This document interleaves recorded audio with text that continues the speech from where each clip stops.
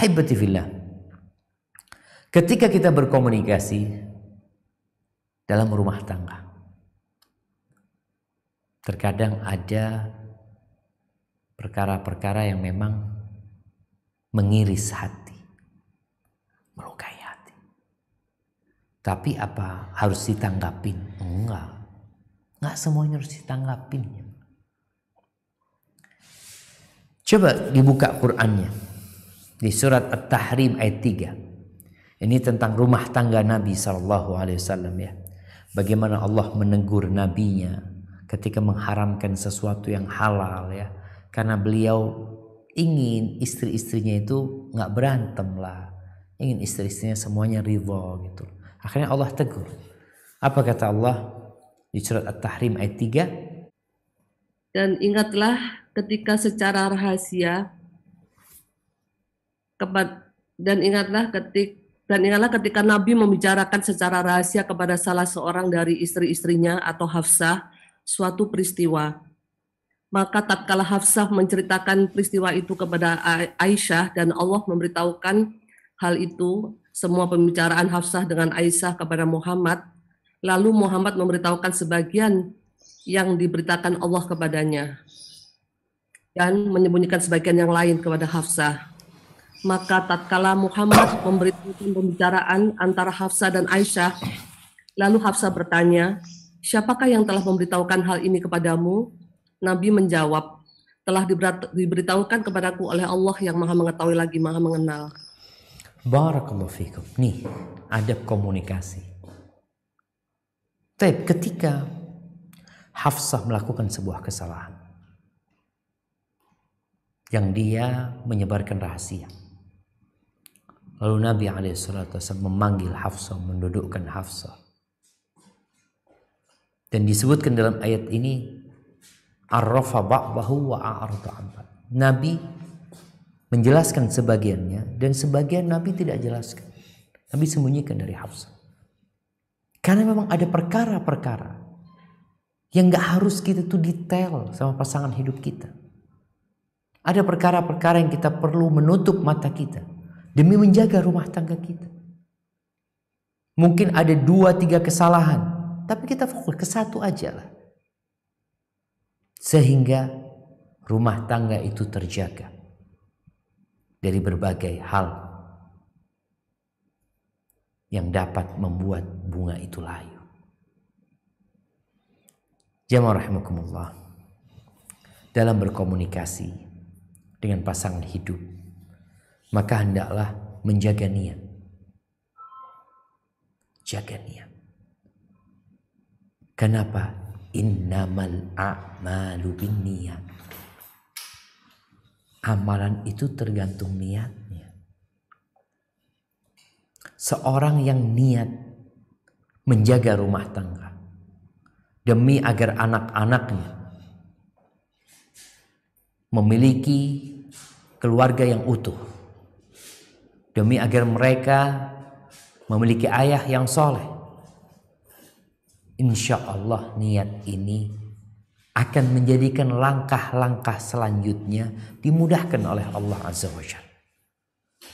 Dia bukan pura-pura baik, tapi dia ingin baik sama pasangan hidupnya.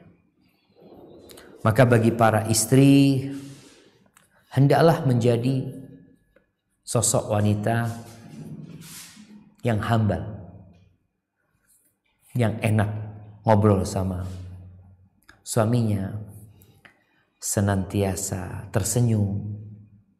Yang senyum itu adalah sedekah. Bayangin ketika dia niat untuk menjaga rumah tangganya, dia menyambut suaminya dengan senyuman. Kalau itu di toko jemaah, bagaimana dengan rumah tangga kita? Apa 7S itu? Ini bikinan orang ya, artinya bisa ditambah bisa dikurangin. Senyum, sapa, salam, sopan, santun, semangat, sepenuh hati. 7S. Anda nggak hafal juga. Senyum, sapa, salam, sopan, santun, semangat, sepenuh hati. Senyuman itu membuka hati.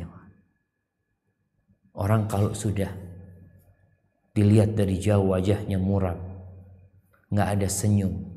Gimana kita mau berkomunikasi? Yang ada diem-dieman. Tapi apabila suami disambut sama istri dengan senyum dan sepenuh hati, dia sopan santun, melayani lagi, itu suami ngobrol enak. Istri menyampaikan unek-unek pun enak. Kenapa? Karena pintunya udah terbuka.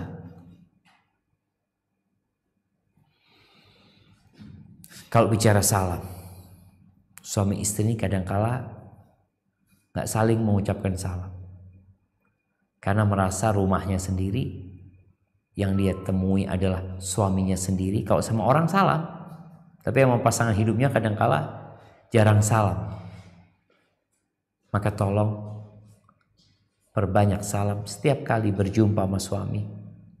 Dari kamar umpamanya, dari kamar dia, suaminya ada di ruang tamu depan, cari-cari ketemu sama suaminya.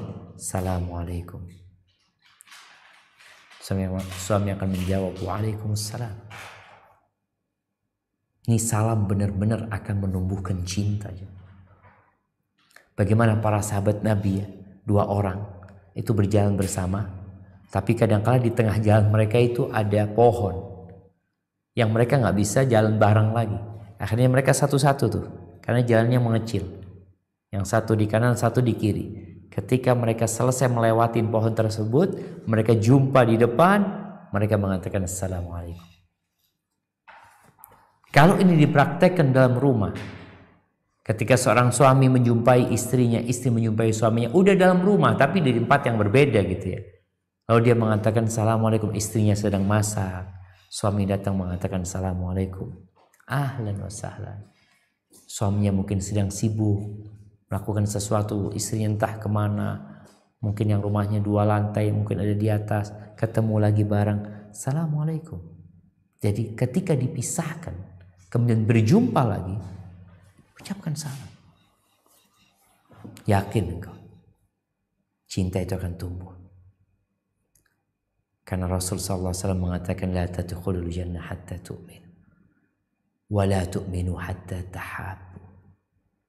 Afala adullukum ala syai'in idza fa'altumuhu tahabbtum. Kalian itu nggak akan masuk surga sampai kalian beriman. Dan kalian tidak akan disebut beriman sampai kalian saling mencintai. Ini kalau sesama muslim saling mencintai, bagaimana dengan suami istri yang sama-sama Islam? Maukah kalian aku kasih amalan yang kalau kalian lakukan akan tumbuh cinta itu di antara kalian? Afsyus salam bainakum.